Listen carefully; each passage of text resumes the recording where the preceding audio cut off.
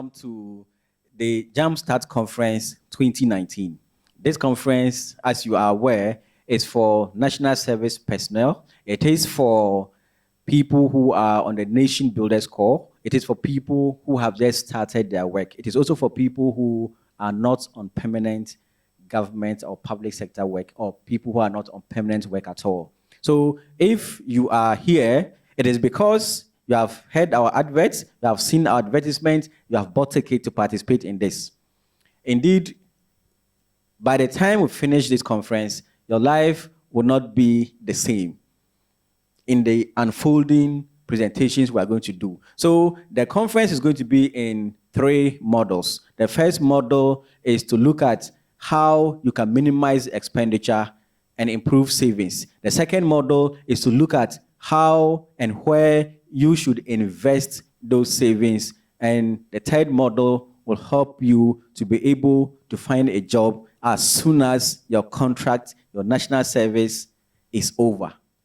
So this is the outline of the entire presentations we are going to do to you. So this video, those of you watching the video version, we are going to make this in 3 hours, but we will put it in models so you can break once in a while to take some water. So you are welcome, and stay throughout, watch everything, and your life will never be the same. Thank you. We are starting with the first model. The first model is to help you minimize your expenditure and be able to save more. You can't save more, you can't minimize your expenditure unless you have a budget. Everybody must have a budget. Everybody who earns some income. Even if your income earning ability is limitless, you still need a budget. So a budget is one of the ways to minimize expenditure. A budget is one of the ways to minimize your expenditure. But then it is not just having the budget, it is following through what is in the budget. But for you, your income is limited. Those of you here, your budget, your money is within 559 to 1,000 Ghana cedis. So it is on this basis your budget will pick. So, madam, please share the budget template to everybody. All right. Everybody should have this budget template. Do you all have one? All right. So please start at the top right-hand corner. At the top right-hand corner, write the total amount of money you earn at the end of each month. Here, write the total amount you earn here. And then throughout this, write all the things you spend your money on. One of them is your rent. One of them is utilities. Another is food. Another is phone credit and all that stuff. And transportation as well. Anything you spend your money on, write it in. We are doing this budget in order to ensure that everything you spend in fits into the money you earn. If not, you are heading towards crashing the wall. All right, so now, I want us to go through this budgeting one by one. For us, we have proposed an amount of 30 to 50 Ghana cedis for your rent. Why?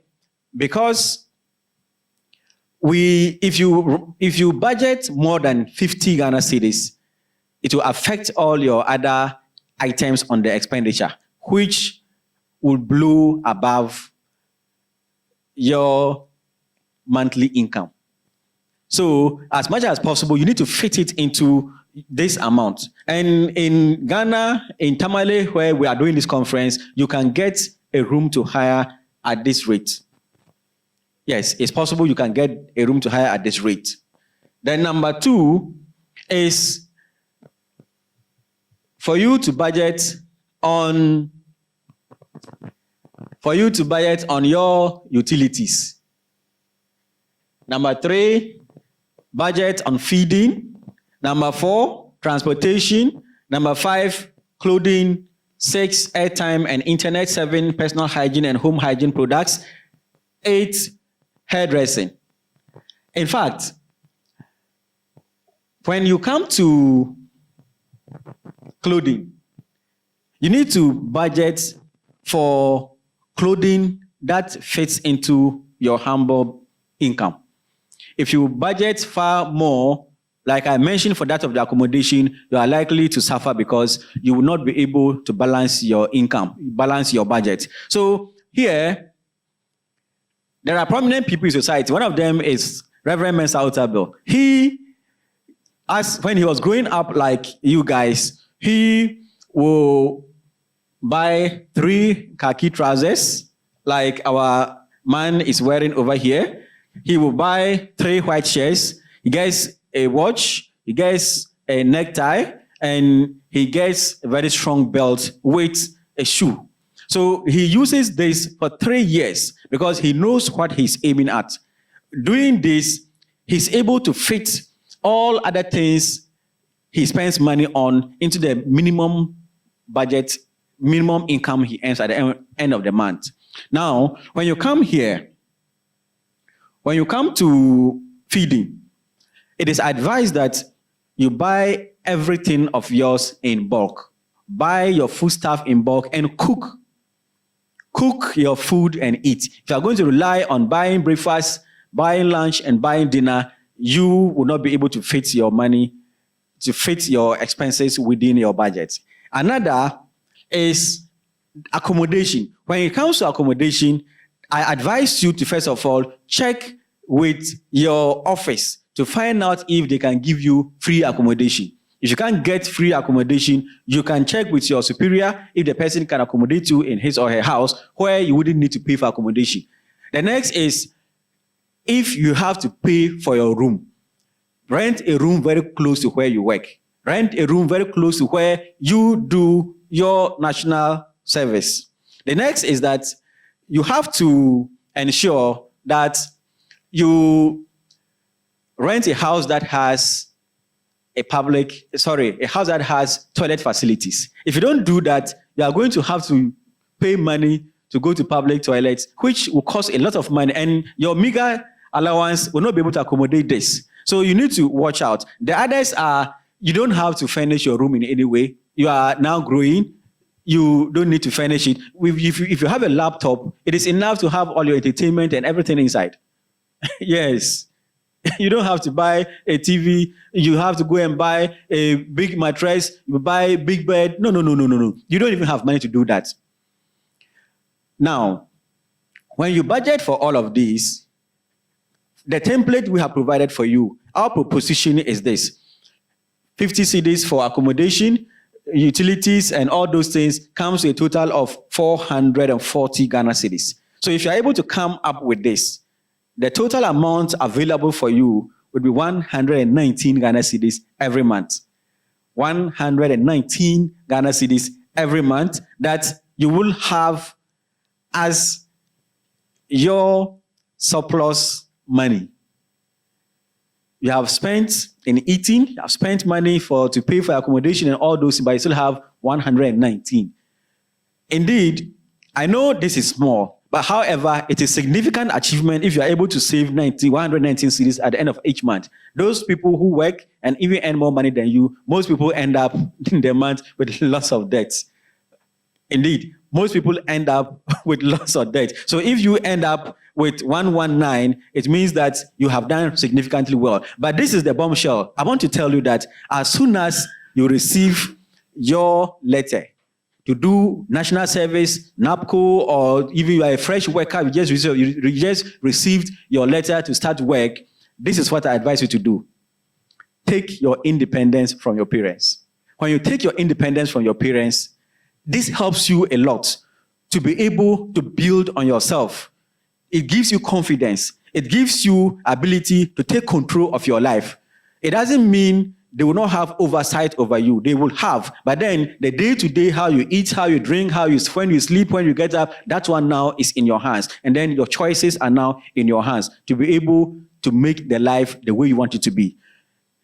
Later in this conference, later in the second model, I will show you some of the importance and the reasons why you need to take away your independence. But for now, all these expenses we have listed, these are expenses that gets you to live alone. Because if you are living with your parents, you wouldn't have to pay accommodation, you wouldn't have to pay for feeding, you wouldn't have to pay for so many things. In fact, almost all of this, except perhaps for transportation to your work. So, this alone has set you up to live independently. All right, so let's come to this. Tips to help you live on a budget. Tips to help you improve on your savings and be able to get more money at the end of your national service or at the end of your contract so you can invest it meaningful somewhere. Now, the first one is this. Do not assume responsibilities too early. And this, I want you to please open up your ears and open up your brains very well. Most often, many parents help their children to squander whatever monies they make at the beginning of their careers. Because of that, they squeeze out valuable amounts of money that is supposed to be used to invest back in themselves and grow. At this stage, at this age, at this time of your life, you are merely, let me call you a seedling. A seedling is what farmers use to sow that grows up, make more food for you and for the economy to feed on. If you, a young person now growing up, I'm referring to you being a seedling. If you take up more responsibilities or your parents are not aware they're supposed to give you some protection and they help you, a seedling, to spend more on them and to spend more on yourself in irrelevant things, it means that you are killing yourself as a seedling. What do I mean by that? If you start earning an allowance of, say, 1,000 cedis at the end of the month, and you say you want to help your mom, you want to help your dad, or you want to help your guardian, because now you are able to earn some money, and when the month ends, you are supposed to part out something to take care of the house. That is assuming responsibility. Or as soon as you begin earning some allowance, you say that, okay, now you are going to take care of half of what your family is doing, then the rest the family can, or you contribute money to support the family or contribute money to support your siblings. No, do not do this at this time. Remember, we are coming from a background where we said they expect you, wise parents expect you, save money, minimize expenditure, save money. So you are able to invest this money in yourself. So you build your foundation, which makes you resilient, makes you financially independent, in order that you are able to stop relying on them for money any longer. Then over time, you are able to support them, perhaps when they are getting older. It is even at that time, they will appreciate more. They will appreciate you. When you are supporting them, they are weak, they are not able to do most things, but you are doing it for them, you are buying things for them, and then you are taking care of them. That's the support they will need at that time. And for now, remember some 6 months away, you were in school. They were paying almost everything for you. So because you started earning allowance, you are saying you want to now begin taking care of them? No. So as parents who will be watching this video, who are in this conference, I want you to know that at that stage of their lives, they need a lot of protection. When you plant a seed, you give it water, you try to make the environment so aerated so that that seed is able to germinate. And when the seed germinates, that is the time it needs more of your protection. So that seed, that plant is able to grow up now to bear fruits. So your ward, your child, you watching me right now, you in this conference right now, you are now the seed. You have just germinated. So you need maximum protection. You don't need things that take away water from you. You don't need things that take away your money from you. You need things that will be able to help you rather to protect, preserve all the minimum money you are making, so you are able now get more invest back in yourself so you become robust. You're able to earn money over a few years, then you can now support back. So having said all of this, when they understand that you need to keep your money and invest it and save it somewhere, then you yourself need to know that you are not supposed to do things that gets you spend all your money on frivolous things. Remember now, you're even living alone. So you have many choices to make.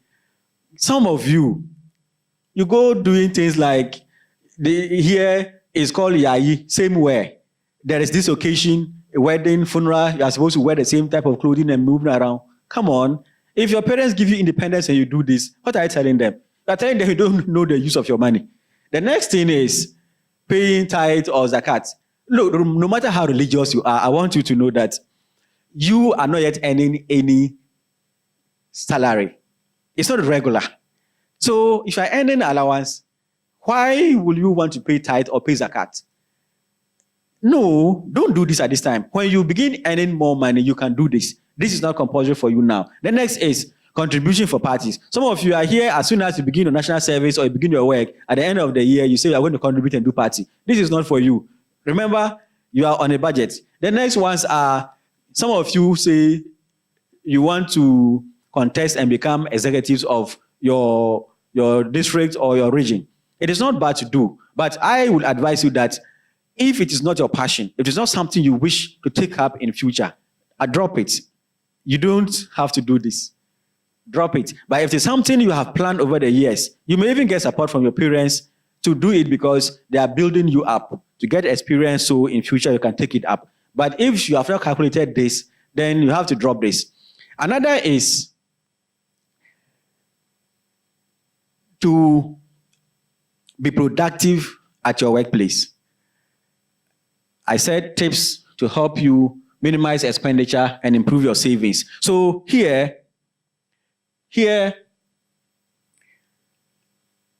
being productive at your workplace, supporting your supervisor, supporting your office to be more productive is indirectly going to put some money into your pocket. What do I mean? If I am your supervisor and you come to work as early as possible, and you support me, take notes, support me, write reports, support me, do many of the chores I do in the office, it leaves me with lots of time to be able to create more things for the office. So indirectly, it tells me that because of the support you are giving me, when I'm to take lunch, I have to get lunch for you. When I'm going home, I'll give you lift to the house. If I'm coming to work, I'll pick you, we'll come to work. So in this, you are saving money from lunch, you are saving money, transportation. In fact, at the weekends, like I do mostly for those who do work with me and those who do service with me, I will give you some tip to get you through the weekend. And this alone will help you to save a lot of money. If you are one attending this conference from now onwards to know, look out for something like this. Be very productive. Be very, very productive in your office. Support your boss to be productive, and he will also support you to save more money from your budget. Now, some of the offices, like when I used to be in the government work, when I used to be in public service, all the field officers, all the national service and interns who were with me, once in a while, we go out to the field and I pay them some allowance. So if in most government departments, it is usual that when you are going out with your superior officer, you get some tip for lunch, you get some allowance for accommodation and other things. This money is going to be the difference between you and the next service person who didn't come to this workshop. Because when you take this money, most often, because you are with me, I will likely give you lunch in the field, pay for your accommodation. So the money you took, virtually, you have to keep everything. When you get back home, go and save it. When you add it to the 119 we talked about, over time, it's going to be a lot of money for you. You need not spend this, no matter the pressure. In fact, it is given for accommodation, it is given for feeding. So if you follow others who wouldn't pay for accommodation and feeding, take and try to get accommodation and feeding that fits within that allowance you've taken, and then you can make some savings out of that. Yeah, you can make some savings out of that. Other areas that will help you to be able to improve your savings is for you to be very, very protective of yourself. Wear protective clothing. You have to do medical examination of you and a proposed boyfriend or girlfriend you are going to start relationship with. This is important because at this stage, you are likely entering into this relationship hoping for marriage. So you don't have to take chances. There is something we call medical poverty. As soon as you go into a relationship that is turning into marriage and your partner happens to be incompatible with you, there are children you will give birth to, and these children will very likely be SS. I mean, children who fall sick most of the time. So these children, you almost have to take them to hospital and pay medical expenses. So in these medical expenses, over time, your savings are going to go away. Over time, you will begin to sell some of your properties to pay for medical expenses, and over time, you are going to be in debt. So your family is going to be poor because you didn't take the right decisions when you were picking a partner for yourself. Not necessarily the partner you picked, but refusing to go and do medical exams to know where your health is. This is the point I'm making. Now, in most public offices, there are situations where you get to the office and there is virtually nothing to do. It is not that there's nothing to do, but there are no resources, there are no logistics for you to do that work. So as a service person, later when we go into the second model, you will see areas you can use your time. You will see where you can invest your time and resources so you can get more money. So if you know this scenario, dormant office scenarios popping up during your service or during your work life, take advantage of this. Use it to fuel your passion. Use it to build your skills. And that time will be well spent. Another is, many people, as soon as they begin their national service or they begin working afresh, they assume that, where I am working, money comes into my hand. I have to use it to become rich. No. Because the budget, the money you are paid is limited, there's no way you can make loss of riches from a paid job. It can't happen that way. So all you need to do is be content with the salary or the allowance you earn at the end of the month. Whatever resources they give you to use it for work, use it for work.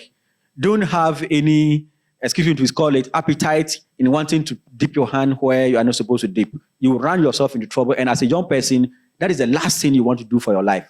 Another is home region syndrome. As a young person, in Ghana and in most countries, the tendency for people to work in their home regions is very high. As a home region, I mean, this is northern region of Ghana. You are coming from this region, perhaps you are in Dagomba, you are working in Tamale. Your hometown is Tamale. So you are living here, even if you decided to go and rent a room very close to your house, but you are still living in your region. So the tendencies are that in the next morning, there's a funeral. They call you, please go to this village, tell your uncles that there's a funeral. The next morning, it is wedding. They say, go to this place, A, B, C, D, and tell them that it is wedding. The next day, it is naming ceremony. So all these days, you are missing work or you're coming to work very late. Remember, when you are late, you become ineffective. Eventually, your director, your supervisor becomes fed up with you and you lose the advantages you would have earned if he had your trust. Remember, we said if you are working very hard, supporting, and you are productive, you are likely going to earn some shadows in your office and you will earn some money, or your supervisor will take up some responsibilities over you and it will allow you to save more money. So if in the first place you don't come to work early, you are not productive and blah, blah, blah, it means that you are going to lose out on that. And it is going to affect you further because you are not likely going to be shown some of the tricks that the old guns have used to keep working up to this point. You are not going to be shown how other departments can recruit you. You are not going to be given networks, and you are just going to lose out a lot. So you need to watch out on home region syndrome. So when you're able to make some money from the field, added to being your tight budget, what you need to do is to save the money in a recognized bank. If I say recognized bank, do not do what they call around this part of the country, susu. Or so you go and put it, you say you are 10 national service people or you are 10 workers, so you are going to contribute money. This month, I'll contribute 20 to 200, she will contribute 200, it is 1,000. So you give it to one person, the next month is you. No. So many people who are doing their service with me, I know they've lost money here. Don't do that. You don't even have money to lose. You have to gain. You don't have money. You don't have to lose anything. Keep the money in the bank, even if it is one Ghana cedi. The next is for you to ensure that you maximize the use of all available opportunities during your service within the year.